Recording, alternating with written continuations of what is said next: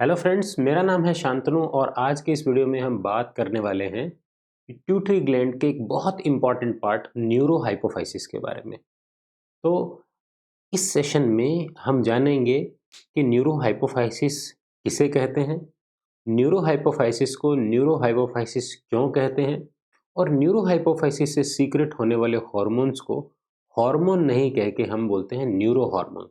तो ये भी हम जानेंगे और साथ ही न्यूरो हाइपोफाइसिस से सीक्रेट होने वाले दो बहुत महत्वपूर्ण हार्मोन्स के बारे में भी हम एक ब्रीफ डिस्कशन करेंगे। तो चलिए बिना किसी देरी के शुरू करते हैं न्यूरो हाइपोफाइसिस। लेकिन इससे पहले मैं आपसे रिक्वेस्ट करना चाहूँगा, अगर आप मेरे चैनल पर नए हैं तो एडवांस बायोलॉजी, एंडोक्राइनोलॉजी और इससे रिलेटेड बहुत सारे टॉपिक्स पर नए नए वीडियोस देखने के लिए और अपना नॉलेज बढ़ाने के लिए चैनल्स को सब्सक्राइब करें और बेल आइकन प्रेस करें ताकि आपको भी नए नए वीडियोस का लिंक तुरंत आपको मैसेज के थ्रू मिल जाए। तो चलिए बहुत जल्दी से हम शुरू करते हैं न्यूरो हाइपोफाइसिस के बारे में। देखिए, न्यूरो हाइपोफाइसिस के बारे में मैं यहाँ कुछ लिखूँ इससे पहले ये जो वर्ड है ये दो चीज़ों से मिलकर बना है, न्यूरो और हाइपोफाइसिस। अब आपकी जानकारी के लिए मैं बताऊं कि जो पिट्यूटरी ग्लैंड है इसका नाम ही खुद है हाइपोफाइसिस। पिट्यूटरी ग्लैंड को अपन बोलते हैं हाइपोफाइसिस सेरिब्राई और न्यूरो हाइपोफाइसिस इसलिए बिकॉज ये न्यूरोनल टिश्यू से मिलकर बनती है। और अगर आपने मेरा पहला जो पिट्यूटरी के ओरिजिन का जो वीडियो बनाया था वो अगर देखा हो तो आपको ये बात क्लियर होगी कि जो पिट्यूटरी है वो दो तरह के एक्टोड्रम से मिलकर के बनती है। एक बनती है ओरल एक्टोड्रम से जो कि हमारे फेरिंक्स रीजन से इवॉल्व होता है और एक बनती है न्यूरो एक्टोड्रम से। दोनों ही अपनी ओरिजिन में न्यूरो एक्टोड्रमल होती है, लेकिन जो पार्ट न्यूरो से ओरिजिनेट होता है उसे हम बोलते हैं neuro hypophysis.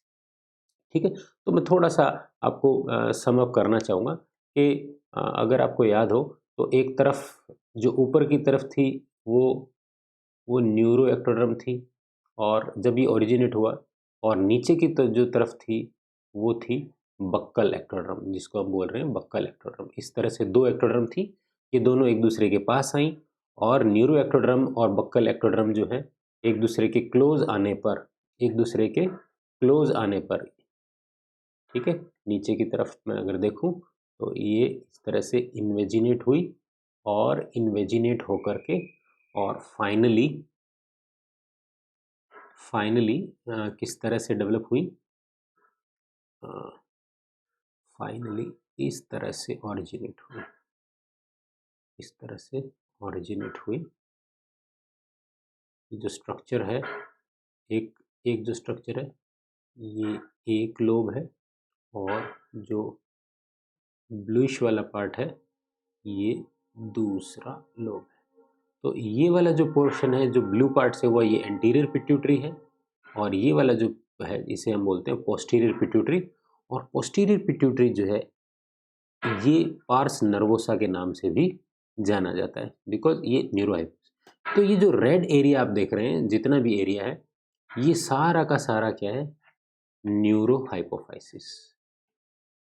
Why we are calling it neurohypophysis? Because this whole area is originated from neuronal ectoderm। कौन सा है, न्यूरल एक्टोड्रम से मिलकर के ये बना है। ये वो एक्टोड्रम है जो आगे चलकर न्यूरॉन्स बनाने वाली थी। ठीक है, तो ये पिट्यूटरी का इंटीरियर लोब है, इनके बीच में एक पतली मेम्ब्रेन लाइक स्ट्रक्चर होती है, इसे हम मिड लोब भी बोलते हैं। ठीक है, कुछ ऑर्गेनिज्म में ये मिलता है। अगर मैं यहाँ थोड़ा सा इसको अलग कलर से रिप्रेजेंट करूँ तो सपोज अपन ग्रीन से रिप्रेजेंट करें तो यहाँ पर एक बहुत पतली सी लाइन है, ये मिड लोब के रूप में भी मिलती है। तो यहाँ पे ये जो पूरा रेड इलाका है ये न्यूरो हाइपोफाइसिस है। ठीक है, अब न्यूरो हाइपोफाइसिस जिससे जो हार्मोन सीक्रेट होंगे, अब देखिए ये बात यहाँ ध्यान रखने की, ये न्यूरो हाइपोफाइसिस है, ये कोई भी हार्मोन को सीक्रेट करता है, सिंथेसाइज नहीं करता है। ठीक है, इसका जो राज है वो हम आगे जानेंगे। ये बात मैं आपको वीडियो के एंड में बताऊंगा कि ये क्यों ऐसा है कि ये न्यूरो हाइपोफाइसिस कोई भी हार्मोन को सिंथेसाइज नहीं करता। इसीलिए चूंकि इसका काम खाली कहीं और से बने हुए हार्मोन को स्टोर करना और सीक्रेट करना है, इसीलिए हम इसे न्यूरोहीमल ऑर्गन भी बोलते हैं। एक इंपॉर्टेंट बात है ये, मैं थोड़ा सा यहाँ पे आपका ध्यान दिलाना चाहूँगा, न्यूरोहाइपोफाइसिस इज ए न्यूरोहीमल ऑर्गन, ऐसा ऑर्गन जो न्यूरो हॉर्मोन्स को स्टोर करता है और सीक्रेट करता है। नो सिंथेसिस, कोई भी हार्मोन इसमें यहाँ पे सिंथेसिस नहीं होता। ठीक है, तो अब हम बात करते हैं कि इसके अंदर कौन कौन से कंटेंट इसके अंदर मिलते हैं। तो चलिए सबसे पहले मैं ये डायग्राम आपको दिखाना चाहूँगा। ये डायग्राम देख रहे हैं, ये इंटरनेट से डाउनलोडेड डायग्राम, ये मैंने इंटरनेट से लिया है।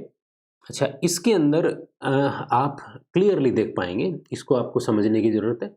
ये जो इलाका है ऊपर, ये जहाँ से मैं लाइन ड्रॉ कर रहा हूँ, ये जो इलाका है ये इतना यहाँ, ये ऊपर का सारा एरिया, सॉरी, ये ऊपर का सारा एरिया हाइपोथैलेमस है। ये इतना सारा क्या है, हाइपोथैलेमस है।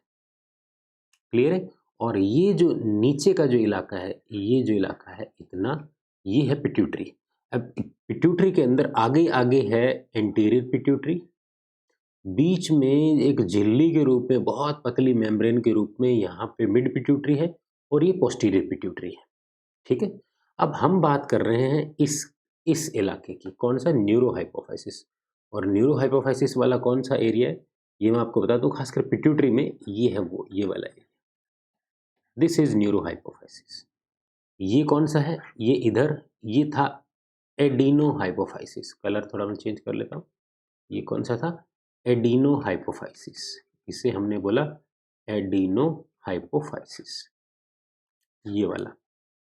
ठीक है, लेकिन ये जिसकी हम बात यहाँ पे कर रहे हैं, ये कौन सा इलाका है, ये है न्यूरोहाइपोफाइसिस, ये है न्यूरोहाइपोफाइसिस। क्लियर है, समझ में आ गई बात। तो इसको मैं अभी हटा देता हूँ, सारा जो भी मैंने ड्रॉ किया है, ताकि आप इसको अच्छे से समझ पाए।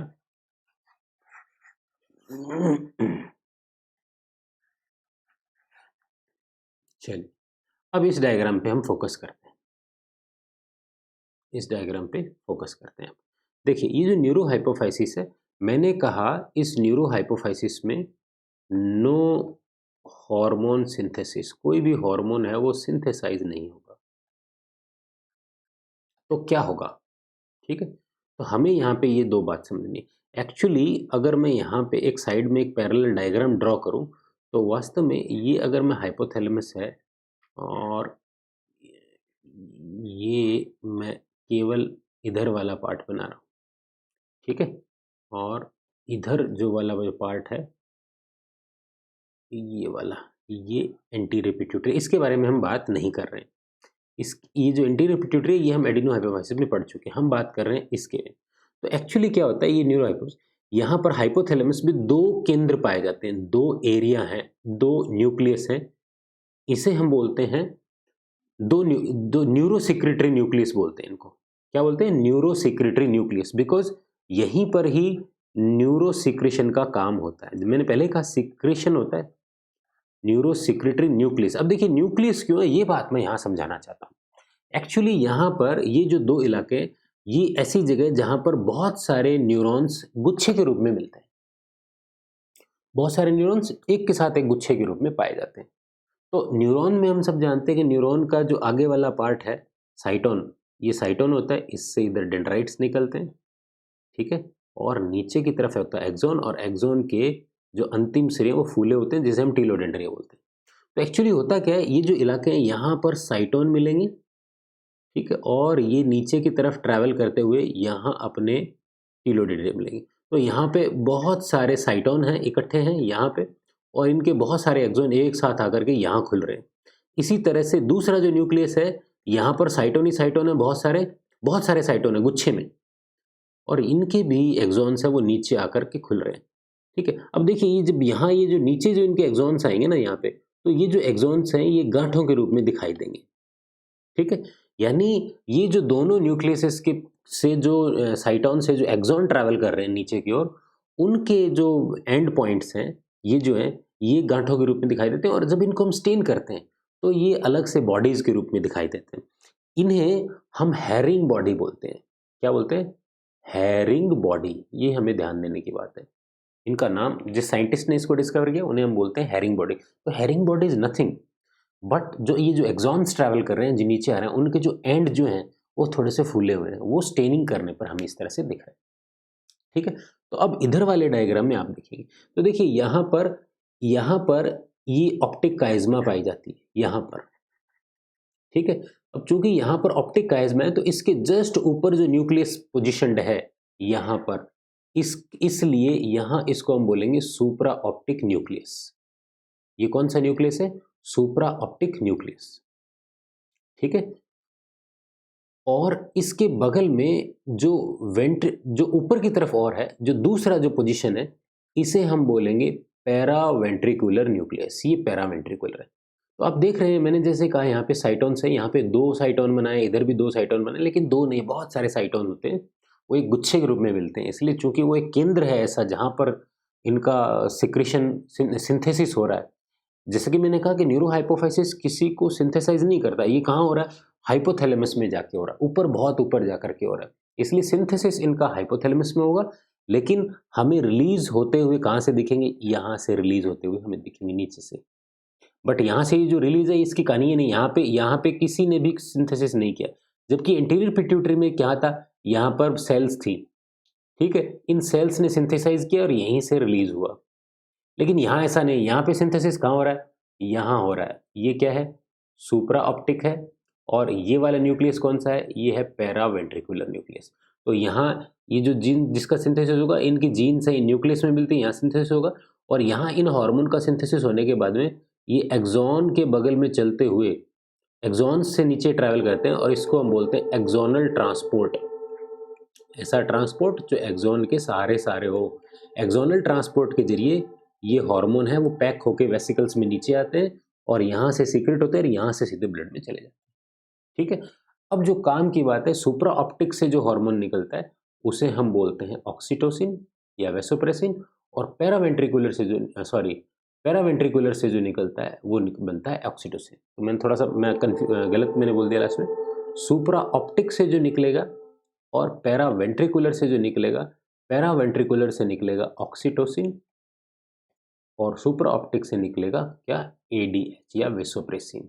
ये काम की बात है।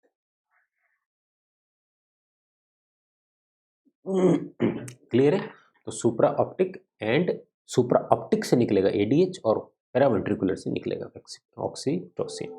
तो यहाँ पे जैसा कि मैंने 2 इंपॉर्टेंट बातें की, जो सबसे जरूरी चीज़ है। पहली बात, न्यूरो हाइपोफाइसिस किसी भी हार्मोन को, न्यूरो हार्मोन को, अब न्यूरो हार्मोन किसे बोलेंगे? कोई भी ऐसा हार्मोन जो किसी न्यूरोनल या फिर तंत्रिकीय कोशिका से या फिर तंत्रिका से स्रावित किया जाए, उसे हम न्यूरो हार्मोन बोलते हैं। तो यहाँ पे ऑक्सीटोसिन और वेसोप्रेसिन जो है, दोनों ही क्या है? न्यूरो हार्मोन है। इनका सिंथेसिस होगा हाइपोथैलेमस के न्यूरो सिक्रेटरी न्यूक्लियस के अंदर। यहाँ पे हमने देखा न्यूरो सिक्रेटरी न्यूक्लियस है, और सिक्रेशन होगा नीचे की तरफ। तो आई होप आपको ये वीडियो में न्यूरो हाइपोफाइसिस के जो कंटेंट है इनके बारे में समझ में आया होगा।